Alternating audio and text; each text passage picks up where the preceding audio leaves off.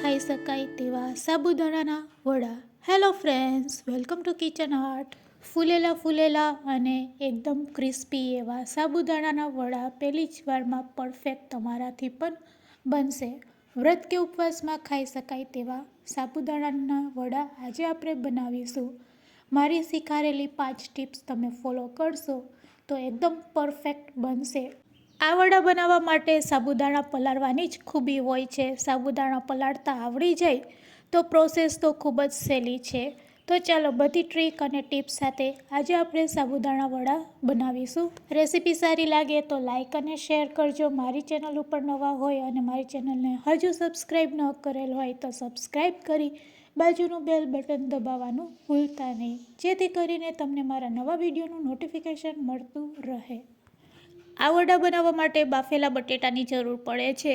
તો મેં અગાઉથી 5 સીટી વગાડીને આ બટેટા બાફી લીધા છે. ઠંડા થયા પછી તેની છાલ દૂર કરી લેશું. છાલ દૂર કર્યા પછી કાંટા ચમચીની મદદથી આ રીતે આપણે બટેટાને મેશ કરી લેશું. બટેટા મેશ થઈ જાય એટલે સરસ માવો તૈયાર થશે, તેને સાઈડમાં રાખી દેશું. હવે પલાળેલા સાબુદાણા લેવાના છે. આ રીતે હાથેથી દબાવું છું તો તમે જોઈ શકો છો કે સાબુદાણા ખૂબ જ સરસ પલળી ગયા છે, અંદર સુધી પલળી ગયા છે. આ રીતે સાબુદાણા પલાળવા માટે તમારે શું કરવાનું છે, તો એક નાની વાટકી જેટલા સાબુદાણા લેવાના છે. જે વાટકીના માપથી સાબુદાણા લીધા છે તે જ વાટકીના માપથી 1.5 વાટકી જેટલું તમારે પાણી એડ કરવાનું છે. ઢાંકીને ઓવરનાઇટ માટે તેને રેસ્ટ આપવાનો છે, એટલે સાબુદાણા સરસ ખીલી જશે અને પાણીનો ભાગ પણ બિલકુલ નહીં રહેશે. જો આ રીતે તમે સાબુદાણા પલાળશો તો અંદર સુધી સાબુદાણા છે તે સરસ પલળી જાય છે. સાબુદાણાને મિક્સિંગ બાઉલમાં લઈ લેશું. હવે મેશ કરેલા બટેટા તેમાં એડ કરશું. સાથે અહીંયા સિંગદાણાનો ભૂકો 1 વાટકી જેટલો એડ કરવાનો છે. 2 ચમચી જેટલી સમારેલી કોથમીરના દાળકા પણ આપણે સમારીને તેમાં એડ કરી દઈશું.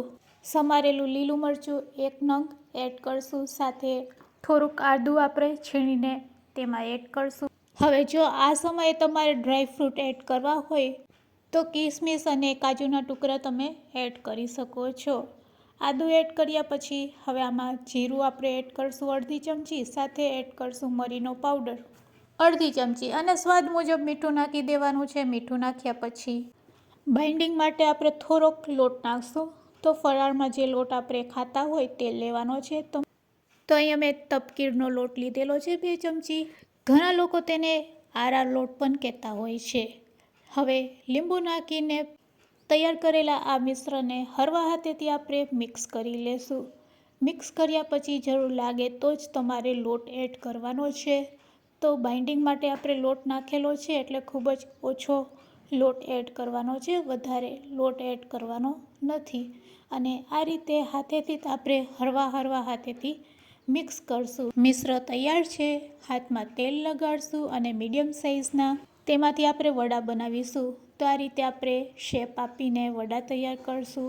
ઇઝીલી વડા છે તે તૈયાર થઈ જાય છે. તો તમે જોઈ શકો છો અહીંયા આપણે સાબુદાણાના વડા તૈયાર કરી રહ્યા છે, એટલે સાબુદાણાનું પ્રમાણ આપણે થોડુંક વધારે રાખવાનું છે, જેથી કરીને તળ્યા પછી આપણે લાગે કે ના, આપણે સાબુદાણાના વડા ખાઈ રહ્યા છે. સાબુદાણાના વડા ઉપરથી ક્રિસ્પી હોય તો એકદમ સરસ ખાવામાં લાગે છે. તો ક્રિસ્પી કઈ રીતે બનાવવા તેની પણ હું ટિપ્સ આગળ આપીશ, અને તળ્યા પછી બિલકુલ તેલ ન રહે તેની ટિપ્સ પણ આપણે આગળ જાણીશું.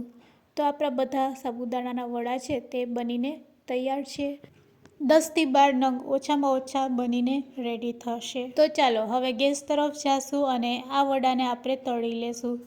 ગેસની ફ્લેમ ચાલુ કરીને તેલને આપણે સારી રીતે ગરમ કરી લેવાનું છે. અને તેલ ગરમ થઈ ગયું છે કે નહીં તેને આ રીતે આપણે થોડુંક બેટર નાખીને ચેક કરી લેવાનું. ધીરે ધીરે સાબુદાણાનો દાણો ઉપર આવે તો સમજવાનું કે તેલ એકદમ પરફેક્ટ ગરમ થઈ ગયું છે.